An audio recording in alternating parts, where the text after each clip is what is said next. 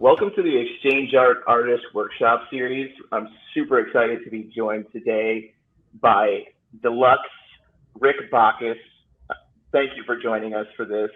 Really excited to dive in on your journey as an artist. The whole point of this series is for artists and collectors alike to listen back and to be able to extract some value from the conversations that we have here today. So thank you so much.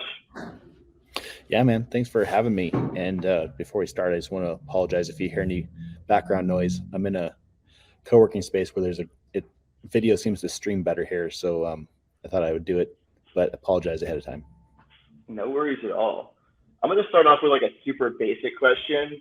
That's how long have you been an artist? I know I've followed your work for a while now, and I was reading more about your bio previous to this, and it sounds like you have a lot of experience both with your own art and in the commercial art space. So I'd love to hear a little bit about how that journey started. Yeah, for sure. Well, I grew up hanging around art galleries. My mom actually used to sell art. So when I was in junior high and high school, I used to go and check out her gallery and talk to artists, and I see the shows. And I didn't realize it at the time, but I was learning quite a bit about art back then. But ever since I was in third grade, I always wanted to work for Nike, and so I ended up getting hired there and worked there for 8 years. And working as a designer in that capacity, we were just surrounded by the most talented, creative people, and they really did a great job of inspiring us to be creative. And that really got me into painting first on city property, which hopefully no one from the city of Portland's watching this. And then I started moving to canvas, but it was just a creative outlet at the time. But then I really started getting into it and was painting almost just for therapeutic reasons. And I remembered all the things I learned from the art gallery and talking to some of those artists, and had a lot of fun with it. It's really cool. Like that kind of middle ground that you found between being able to do this commercial work, very machine, working with these amazing talents, and then learning how to also express your own concepts and your own theories. How did that kind of come about? Like, when did you start realizing, wow, I'm onto something with this art that I'm creating?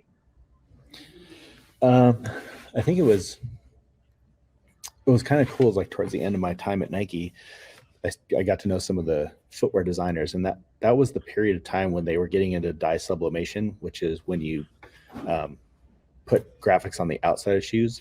And so I was able to join some of the teams and create some of the graphics for outside shoes. And I was sort of quasi painting it. It was almost like, I remember the Jason Kidd shoes were almost like a digital painting in some ways, but that was really where I started to get the idea of like composition. And even now I think a lot about composition, and those days as a designer really helped inform the way I think about creating this graphic language and how you tell a story.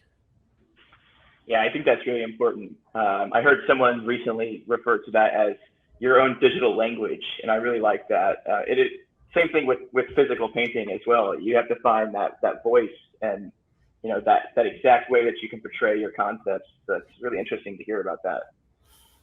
Yeah, for sure. And like, I've got young kids, and just the first 3 years of their lives, and anybody who has young kids, you really start to realize like colors, shapes, like all that stuff that we learned before the age of 3, you take it with you through your whole life. And that's what a graphic language is. It's just like how you're composing colors and shapes to tell a story.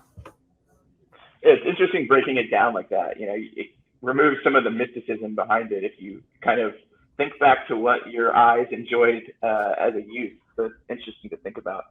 Yeah, Do you find sure. your time in the traditional art world and the client art world helps you in Web3, and how so? Yeah, I kind of feel like my time can be split in half. There was half that time coming up in the galleries and being exposed to a lot more art than most people are at that age, and actually hearing from artists and getting little nuggets of knowledge from them. So that half, it's almost like subconsciously just like rattled around and stuck in there somewhere. But then I was able to sort of put it together with the people I was surrounded with working on, as a designer. I think those two things together just really helped set the foundation for where I am now. It makes sense. I was on one of our last ones with John Lay. He was kind of speaking about how he took a lot of that work ethic that he found from working, whether that be in a studio or with commercial work, and kind of has applied it a lot to his drive here in this space. So that's why I always ask that question. Yeah, for sure. And it's when you really break it down into tools in your toolbox as an artist, whether you're doing something in the real world or if you're a designer or you're using Adobe Photoshop, you just think about the tools in your toolbox and what can you create with them. And so now we have so many more tools that we can work with and a lot more freedom. It makes a lot of sense. How did you find that that kind of crossover to the digital art, right? Because you said you started off drawing on city walls and then found painting. How do you feel that digital art has helped along with your creative journey? Well, I was kind of like a geeky kid. For some reason, my brain is just like really left brain and really right brain. Unfortunately, I don't have much in the middle. So when it comes to things like technology and like data and stuff like that, like I love that. But also when it comes to being creative, so like I learned to write code when I was like 10 years old. It was like basic, but I was like learning Pascal and like all these things. And I was always enamored by technology.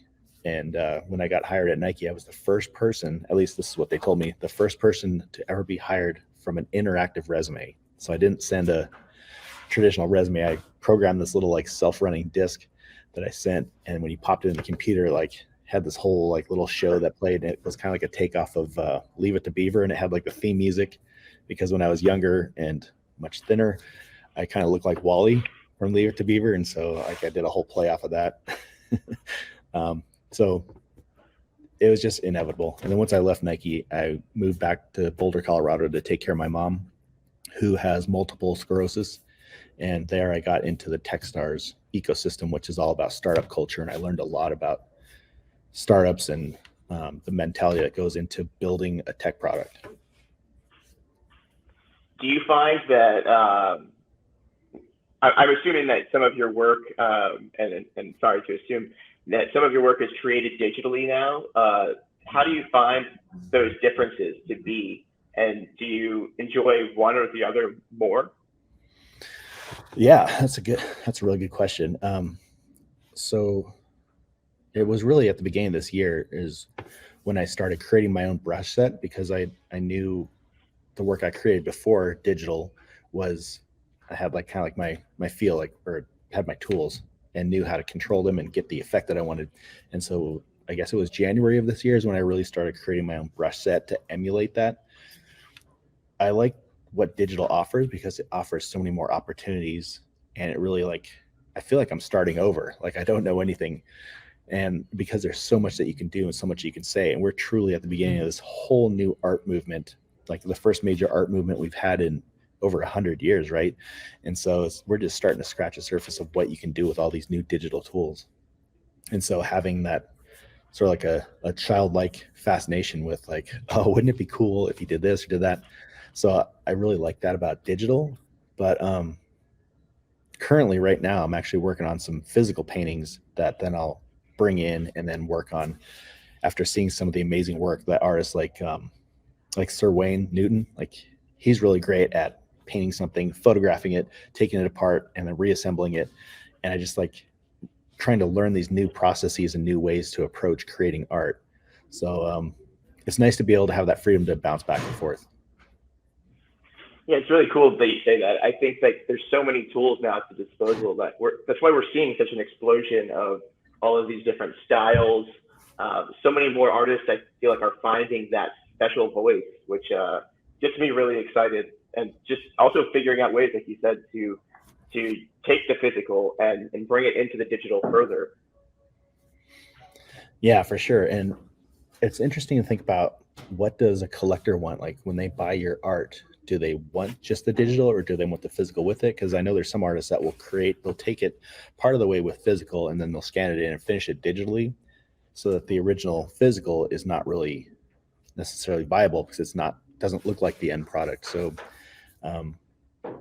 that's one of those questions that I'm kind of curious about, what collectors will want going forward and what other things we can do. Like, could you take a sculpture and we're starting to see some 3D work coming out, but like, could you scan in a physical sculpture you created and then adorn that with some sort of graphic language? Yeah, it's really exciting to think about, and it's one of the most exciting things about this whole crypto art space is there's so many people trying things out and seeing if it works, and it's what gets me like the most excited about all of this, to be honest. Yeah, for sure. I think it was I forgot which artist said it. Maybe it was Willem de Kooning said that failure is almost part of the process. Like, don't be afraid to experiment. And I really feel like trying things and failing really is part of the creative process. And if you're not scaring yourself a little bit, you're probably not pushing yourself hard enough as an artist. I think that's so exciting because I see it a lot, especially from people coming in from the traditional world. They kind of got comfortable in the place that they were at, and we see this space challenging so much of that norm. What would be three tips that you would give to someone in the traditional art space who is looking to release their art as NFTs? Um, Someone who's a traditional artist, I would say the first one would be think about the tools in your toolbox. Because if you are a traditional artist, you're probably coming from a space where you've got your finite set of tools. And so the tools in your toolbox, think about um, what they can create, because it's something different. And I would say the goal for traditional artists, the second tip would be like the goal isn't necessarily to emulate real world painting. The goal is to create art using the tools in your toolbox. And because they can do so many more things that you've never seen before or done before, to really have fun and experiment with. For example, like glitch technique is something that you wouldn't find in a traditional artist is probably not used to that because you can't really do that. But what's cool about that with digital art is that is an effect and something that's visually pleasing that you can create using tools, but use it in a way that's creative, right? Like I wouldn't rely on it, but just it sits next to your other brushes.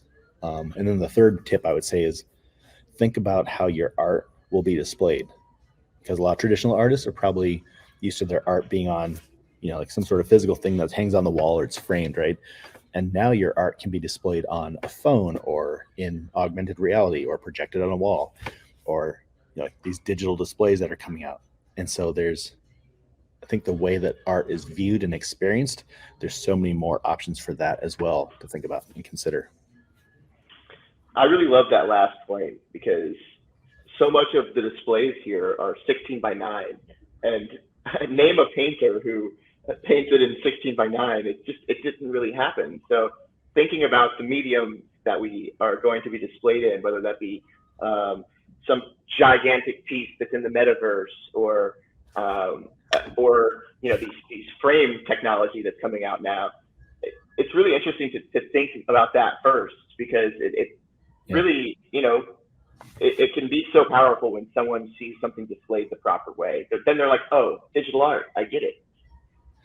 Yeah, and we don't even know the different ways that our art that we're creating could be displayed. I mean, like it blows my mind that 30 years ago, Bill Gates built his custom house in Seattle, and he had walls that were digital displays. Right, this is early 1990s, and like if you liked a certain kind of artist or a certain movement, then he could change the art on the walls.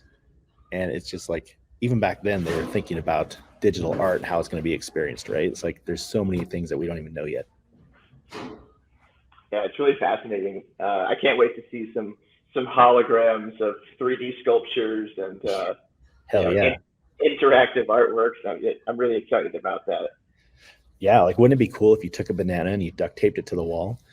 Like how cool would that be? I mean, anything's possible. The other day I said you can't throw a can of beans at an NFT, so that's pretty good utility. Yeah, yeah, for sure. uh, Getting back to your artwork, I'm curious about where you find the inspiration behind your artwork because I really enjoy the way that you use colors, and I think, like you said, utilizing your tool set, I really see the use of these different powerful brush strokes. So I'm just curious on where all these inspirations come from. Um, I enjoy a lot of psilocybin. Let me just preface this by saying that, like, I do a lot of drugs, psychedelics, and I just think over the course, I mean, not out of control because I'm a dad, right? But I really like how they open up your mind and you can see the world through a different lens. It's almost like looking through the wrong end of binoculars. I feel like it gives you the ability to see the world with a childlike sort of like whimsy, but inspiration is all around us. And it could just hit. Like 2 months ago, I was in Victoria, BC, and we were driving by an old shipyard, and they had these giant buoys that were like 6 or 7 feet tall, and they were all like these really cool sort of like aquamarine colors, and they were weathered, and there was like seagull shit all over them. But they just like the texture and the way they looked was so fascinating to me. So I took some pictures of them and then created 2 pieces of art that are on exchange right now. One's called Submarine, and the other one's called Aquamarine. And I posted a picture of the original buoys next to the created art. And it's just, I don't know what it was, that combination just like got the creative juices going. But I think you got to get out into the world and just be a sponge and soak as much up as you can. Like check this out. This is the very first Oregon Ducks helmet I was ever made. So I was like, Wow. helped design this, right? And it looks like a mallard's head. This is like, the paint's called ChromaFlare. And this came about because when we were working on this project, it's like, how do you make a football team called the Ducks look cool? Like, ducks are not tough. And I had just gone to this car show, and that was one of the great things is Nike would give you a budget to go be creative, just go do some cool shit and get inspired. So I went to this car show, and they had that was the year that this color changing ChromaFlare paint came out. And I remember seeing this green at the show. And when I came back, we were working on the project, and one day at lunch, I was eating a sandwich. I was giving some bread to the ducks that were by this lake. And I looked at this mallard's head, and I was like, that looks like the paint I just saw at this car show. Like, wouldn't it be cool if we went and painted a helmet to see what that would look like? And then that informed, like, that led to this thing. So we painted it, and it set us off on this whole new path that we didn't even plan to go down. And I think that's just like being open and curious about things and just soaking up inspiration. Eventually you kind of like put the dots together in your brain, and it'll get your juices going full speed. It's so interesting to hear that. I think that people, they forget that being an artist isn't just putting something down on canvas or on a wall or on a digital format, but it is actually the ability, I think, to soak in, just like you said, inspirations from around you and then interpret them in your own way. And that is so crucial to what being an artist is. So it's really cool to hear that. And I think, especially as digital artists, we need to not forget that the outside exists, right? We hear the meme, go touch grass, all the time, but just following other things that you love, I feel like it's so important to continuing on a path of creating things. Always. Yeah, your whole life. I mean, really, artists, we're sponges, right? Like, we soak up the world around us, we filter it, and then we output it as art with our hands, right? And so the more sensory input you have, the better. Absolutely. Speaking of your brushes and kind of these techniques, I'm curious on how the process of creation happens for you. And I'm sure it's different from piece to piece, but how does that kind of work? Yeah, so the design process, I kind of feel like that's my secret weapon. And that's something that, if there's one thing I learned working with all the talented people when I was a designer at Nike, was the design process. And I probably spend more time at the front end of a project than I would say most designers or artists. Like, I really like to dive in and research the thing that it is that I want to create the narrative, right? Like, I don't even necessarily sit down and start creating just yet. I really think about, like, what is the story? Like, why does this art need to exist? And what's its place in the world? So, like, an example, like right now, I've been spending probably an unhealthy amount of time researching the history of digital displays, because I'm just fascinated about how we look at art, like we talked about earlier. And so, like, I've gone back all the way to the 1850s now, to the first cathode tube that was invented, which just blows me away that during the Civil War, like, that's when digital art was born, like the nucleus of it, right? Wow. The first cathode tube, and that became the cathode ray tube. And then in the 1920s, like the first TV screen, like the first projection of like these CRTs, and all the things that have happened to understand the history of looking at digital stuff is going to inform the next collection. So I've just really been thinking about that. And so probably Q1 of next year, I'll be working on a series that really is going to be like thinking about and encapsulating all of that. And it's like a design process, you know, and like after doing the research phase, I don't sit down and like create a masterpiece. I sit down and just kind of like screw around and just like throw whatever happens. Like what we used to do back in the days, we would do like quick sketches. Like you'd have 15 sketches, like sketch an idea, throw it to the side, sketch another idea, throw it to the side. So that way it doesn't give you a chance to think, or it doesn't let your inner voice say, well, you know, it doesn't look very good, right? And so it's just like a raw expression. So like you end up with a stack of ideas, and then you kind of like sift through them and then pick out some of the nuggets that you think could become that graphic language. And then you can start refining it. And then when I feel like I've got something that's really could be something special, that's when I start to obsess about it. And like, then I want to like refine it, and I want to make every piece a masterpiece at that point. Oh, that's really cool. How do you think that? Sorry, let me rephrase that. It's really interesting to think about because some of your work is quite abstract. So it's interesting to think about adding so much structure to something that is so abstract. So I would love to hear a little bit about how you kind of go about kind of relaying those concepts. Yeah. Ultimately, it's like artists want to say something, right? And I actually create a lot of art that I don't even show off. I would say probably maybe 5% of the stuff that I create I actually show or put on Twitter. But if there's something I just feel like has an X factor, or it's up to a level that of what I think is exceptional, then I'll really start to spend the time and hone it. But I wasn't into abstract as much. I was more into street art. But I would say during COVID, and we had a number of deaths in our family during COVID. So we lost, like in 2017, we lost 5 people. I lost my father-in-law, lost my sister-in-law, and there was just like a lot of pain. And art became the therapy I wasn't really looking for. And so it started to become more abstract, and like my work started to get more darker, and just started to like paint just to be for that therapeutic effect. And since then, like I really started to have slanting more towards art, the expression with abstract, even digitally, because with digital, you have everything can be perfect, right? Like the edges of your work can be perfect.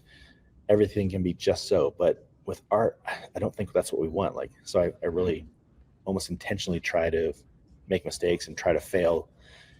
And that usually puts me on a path to something that's like this abstract expression of whatever narrative is that I'm thinking at that time.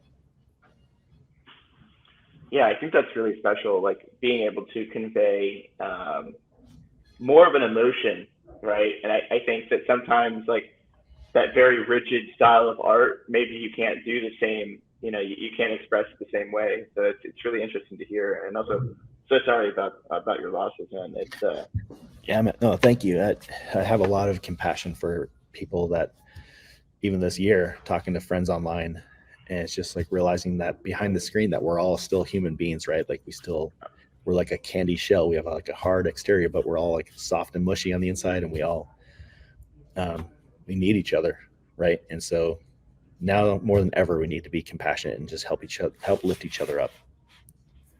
Yeah, I couldn't agree more. I've been in the crypto scene for a little while now, and I hear this a lot as well from people I really respect in the space. And I always hear like what makes now so much different is that we all do have each other, right? It's like if you look back to previous bear markets or bad times just in general, and sometimes it's a little bit more alone, but this digital world I feel like has really brought us all so much more together, and we're not alone through this. So it's something that's so important. And I think something I always end up telling artists as well is like, hey, don't come in and try to put all of crypto art on your back and do it alone. Like, make these connections, make these friends, and it really helps guide you through all of this. I would love to hear a little bit about how you kind of view interacting with the Web3 community. Yeah, it's interesting is I've been around on Twitter since the beginning, since 2008, and with Web 2, it was all about putting your profile online, like everything, like here's my name, here's my bio, like here's my landing page, like we put everything. And now with Web 3, it's the complete opposite. And it's a little odd to me that we're all anonymous. And I kind of feel like with the current market conditions and what's been happening, all of us being anon has kind of helped that happen. I mean, I'd love to see the meta where maybe we're not all anonymous, but it's hard to like really connect with people when you don't even know their real name and don't even really know what they look like or where they live. But I think for me it's a little bit unique because I'm doxxed. People know who I am, and I use my real name. So yeah, I feel like we need to like kind of lower the veil just a bit and be more authentic of who we are. Yeah, I agree with that. I think that authenticity is something that you kind of find in this space on accident, right? You're like, oh wow, like you come in with this maybe idea that being anonymous is the way that it works in this world, and then all of a sudden you start meeting these people, and you're like, oh wow, I really want to be myself, or I see this creator or person in the space who I respect doing well because they are just actually being themselves and not a character that they create. So I definitely agree with that. Yeah, but like looking at all the gray hairs, like maybe I shouldn't have been so anonymous. Like maybe I should have done like a cat head, like a filter or something like that. Can you like do some get posts? Like a picture of you from like your like youth and just be like, yeah, this is me. I never aged. Maybe I can put this helmet on. I mean, you can fix that in post, right? I think so. Just color it in. Yeah. Nice. Kind of getting back to your releases, because you've done quite well on releasing your art here on Exchange and just in Web3 in general. How do you view marketing your art, and is it different than the approach that you would have taken in the traditional art world? Yeah, that's a good question. It's good to remember that with Web3, we have direct access to collectors now. Up until now, we had to go through a gallery or some sort of gating figure or entity, right, to be able to reach collectors. And so now it's great that you can actually have a relationship with people, and they can ask you questions about your art. But I think when I really started getting up and going earlier this year, Wayne Newton gave me some of the best advice. He said, it's not just about your art, it's how you move throughout the ecosystem. And I think that was really good advice because it's how culturally relevant. And I would say that that's something that's important for any artist, whether you're in Web3 or not, but to be culturally relevant online, it's like a different sort of set of ingredients than in the real world. I think a good example of that is if you follow Chainsy and like Bear Marketer, like these like bears, you look at them and you're just like, okay, that's cool, like it's an illustration, but why is it selling for 100 SOL, right? But I think that he or she, Chainsy, is a great example of someone who's culturally relevant and using memes like a surgeon to really build this like following and this aura around who they are as an artist. And like they've really mastered, I think, meme images and videos and all this stuff, like, and GIFs are underappreciated, but they're using them like masters and just putting on a master class of how to like build this brand organically and build their following. So I think being culturally relevant helps your marketing quite a bit.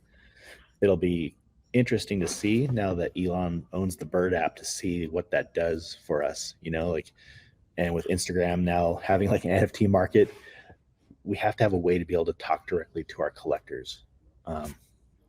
So I'm not sure what the Bird algorithm is going to allow us to do going forward. But for me personally, like my last series was Kernel Panic, and thinking about the narrative, it wasn't just about selling these pieces or putting them up at auction.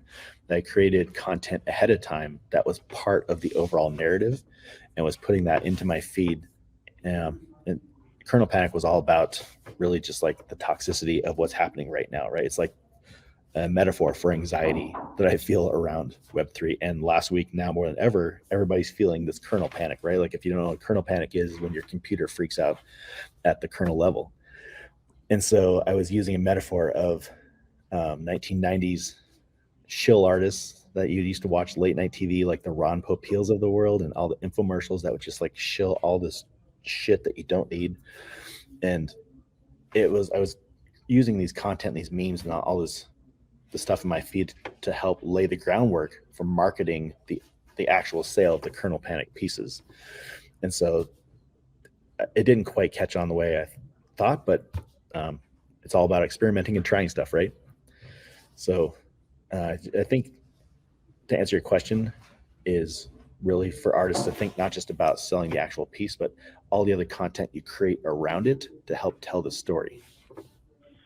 Yeah, I couldn't agree more with that. I see like even some of the new, like you can be a brand new artist, and if a collector sees the effort that you put into marketing that arrival to the blockchain, it just can catapult you. I've seen it happen a few times now where someone comes in with just like Trev is a perfect example.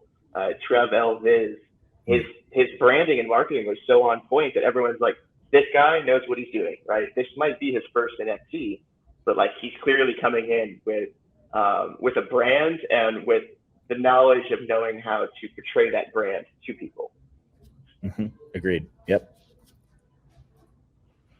I have a question, and this is an interesting one, right? It's how, like, what are three ways that you think that releasing on exchange art, releasing art on Solana has taught you things?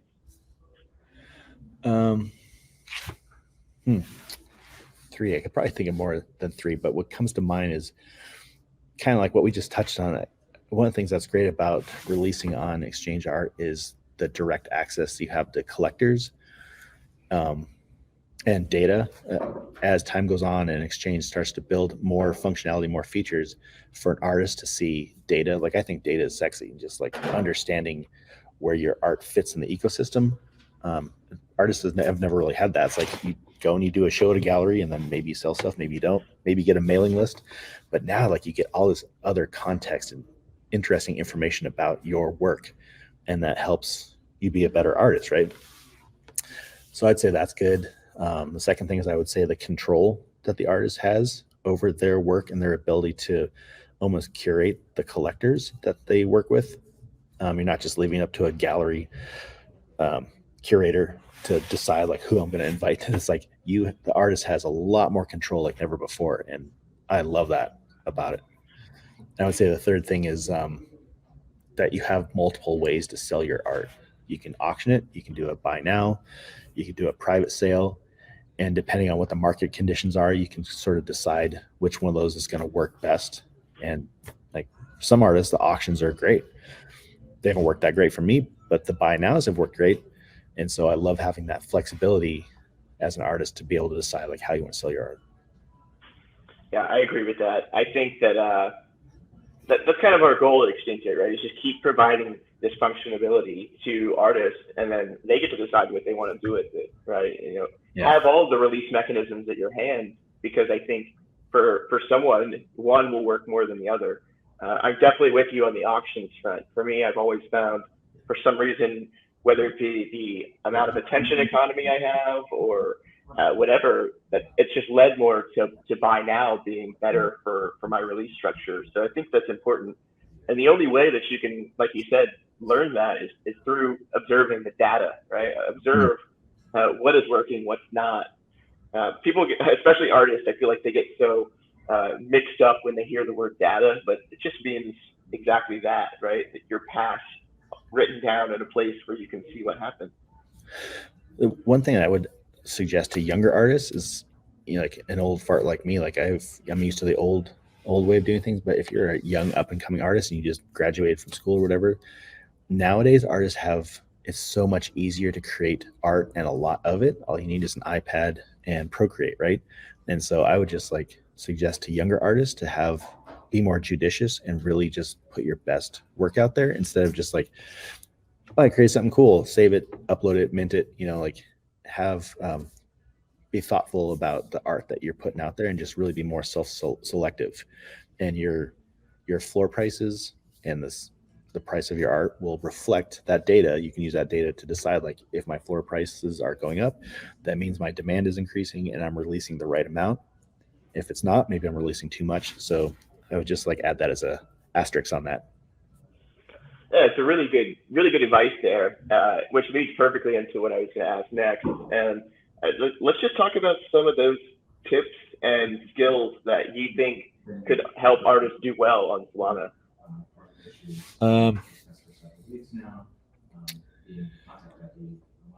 I think I'm just trying to think how to like distill down my like artists that are doing it really well are the artists that are communicative, and it's really a relationship, right? Like, and communication is the key to relationships. And so like artists that want to really build their brand and are really committed to it,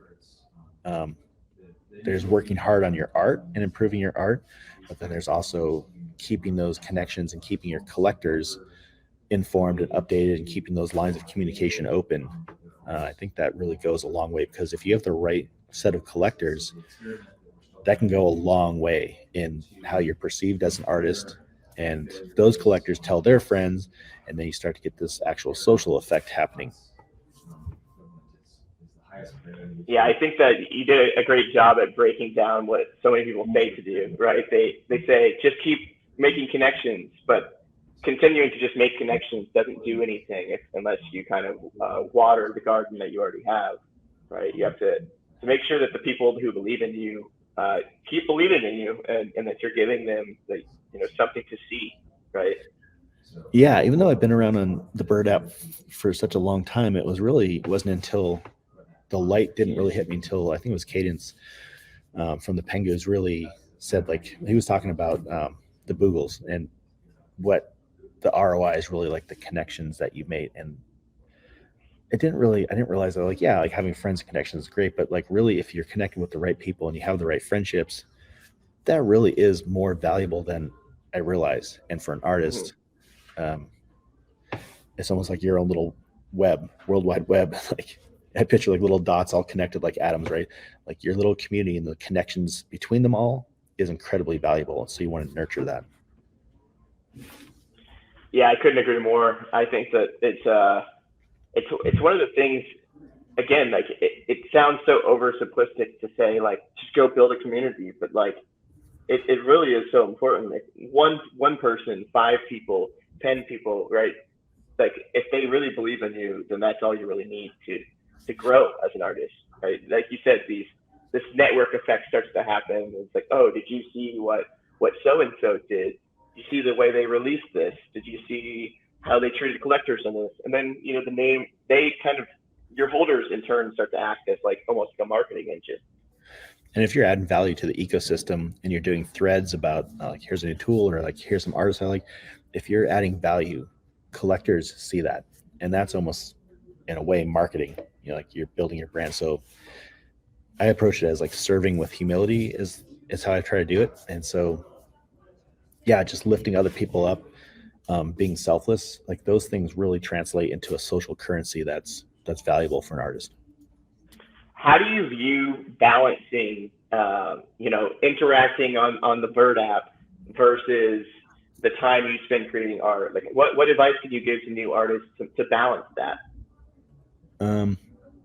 Well, I'm kind of in a unique position where I don't need to use or sell art to pay my bills or make a living.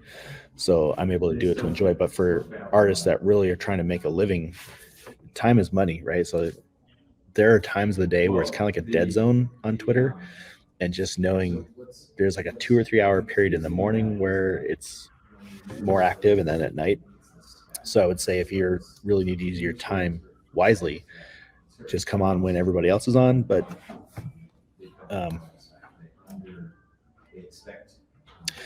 I don't know. I was going to go off on a tangent there, but yeah, I just think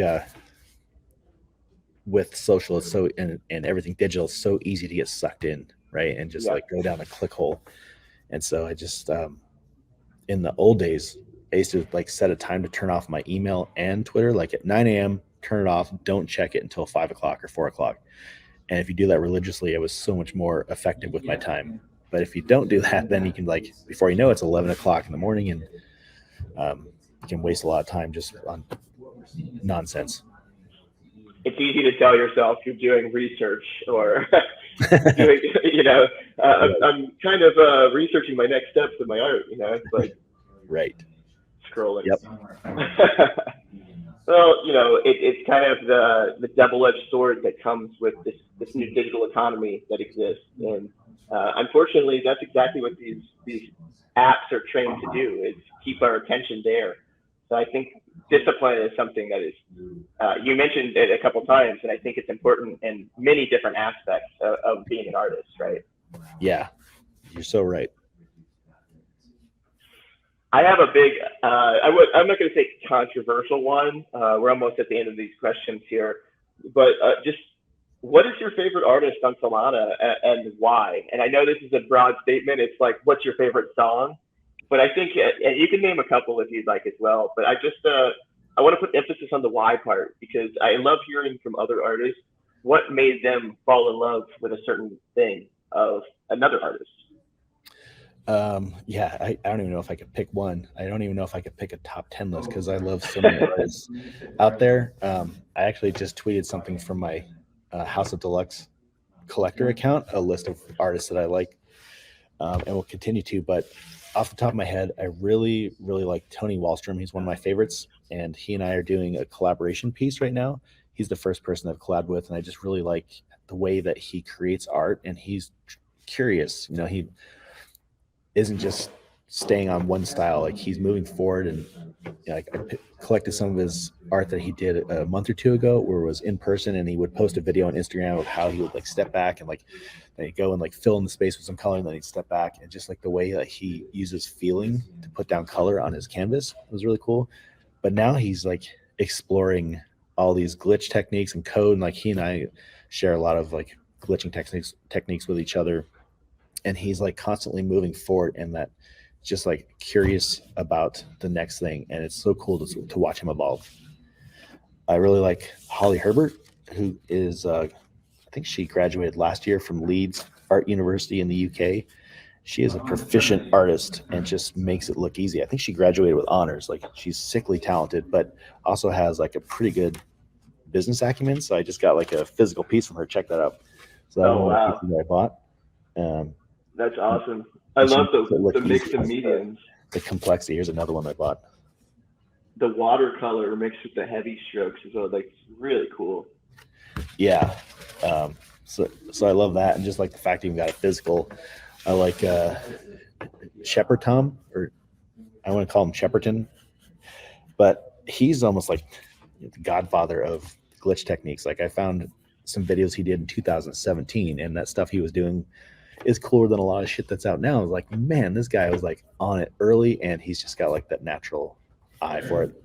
Love Sir Wayne. Like, he gave me a lot of great advice, but Sir Wayne Newton is probably the person I respect and look up to the most, because he's not only a collector, but he's also amazing artist. And so, yeah, I could keep going, but I know we're running That's low. It's a great list there. I love to hear, like I said, like that reason, what makes people fall in love with it, whether that be their use of technology to make their medium come across or whatever, right? Because I think that as artists, we have a very different way of viewing the art that's created than someone who's just only an enjoyer of art, right?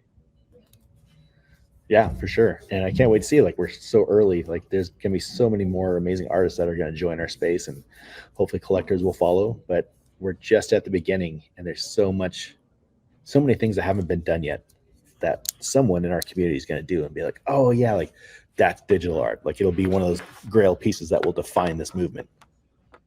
Yeah, I was thinking about that the other day, right? It's this, well, first of all, we have these series and these collections, which they almost mark an era.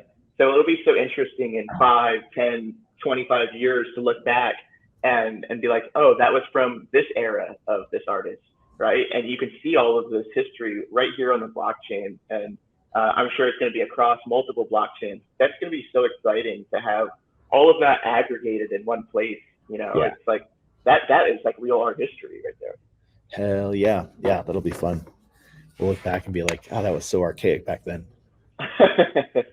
Right. Remember the rug pulls? No, I'm just kidding. I have one final thing before we kind of go off here, and that's just what's next for you creatively. You know, ignore the NFT part, but where do you want to take, you know, your creative journey next? The big question that I ask myself every time I sit down is, what is digital art? What is it now, and what's it going to be? And I think about future societies, you know, like 100 years from now or 1,000 years from now, like human beings, if art is a reflection of the culture, you know, like our art is going to be viewed somewhere, you know, like we're probably going to be on a colony on the moon or something like that. And like this digital art is still going to be around. So like, what do we want to tell future generations? And so with digital art, I'm still trying to hone in on that, like using all the digital tools and not making it necessarily look like a traditional painting, but to compose something that is like a masterpiece, but it's using the digital tools in the best possible way. My personal goal is to have the first $1 million art sale on Solana, whether it's primary or secondary. So with each piece, like I'm trying to get towards that goal of creating like something that reflects this era in humanity. It's amazing. Quite a goal, and I think you can accomplish it, man. You have the brain and the focus that I'm excited to see you climb that ladder towards your goal. Thanks, man. Nux. Absolutely. Absolutely. And just thank you so much for being here today. This is a really great conversation and like a nice little peek inside of your brain. You know, like part of the reason we're doing these is Twitter Spaces. You only get so much, right? You kind of get a surface level or kind of what the person has top of mind. But I hope these questions can kind of evoke that deeper sense, and that artists who listen to this and collectors who listen to this can kind of pull some value from that. So thank you so much for just getting intimate with us here today, sharing your journey, and just for being you, of course. Yeah, man. Thank you very much for having me. I'm looking forward to continuing the conversation and just having us all grow as a community together. I mean, I'm bullish on Solana right now. Is not the greatest time, but it's just one of those early stage growing pains that we all go through. And I know that we're going to be fine. So like, we'll just keep building and supporting each other, and rising tide floats all boats. Absolutely. Remember how bad your legs hurt when you were a kid? You were like, oh, this is never going to stop. Well, we're in that phase with Solana. That's a good analogy because my kids are going through growing pains. So definitely get that. Like, Dad, please make it stop. Thank you so much, though. We'll go ahead and drop our camera face because they can cut out the ends here. But thank you so much again for just being here today.